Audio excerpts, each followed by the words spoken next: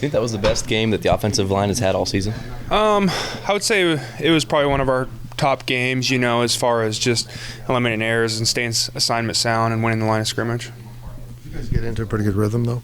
Yeah, I think that was good, is what we needed to get back to. Maybe some of that stuff you saw last year where we could really start chunking away and wearing defenses down.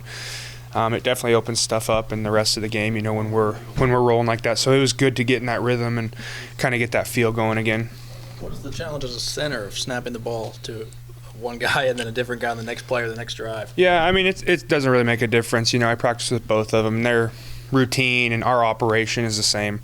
We could put Fitz back there, and he'd still have to follow the routine and go. So it's about the same, whoever's there. Good move.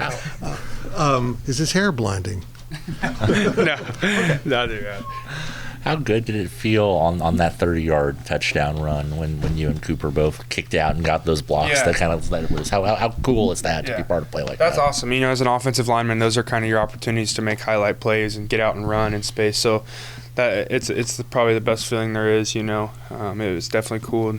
Or we'd be like 3rd and 10, so then be able to go and score makes it even better.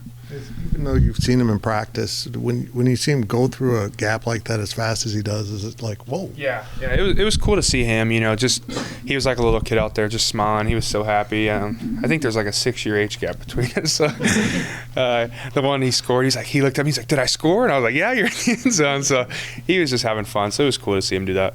Even though he's young, how's his leadership? He's done really well. I think just from when he early enrolled, he did a great job diving in and just learning. He was highly recruited, and a lot of times, you could have a guy who maybe thinks they're already better and no, and he kind of hopped in place and started learning from everyone around him. So that's definitely something that makes him unique.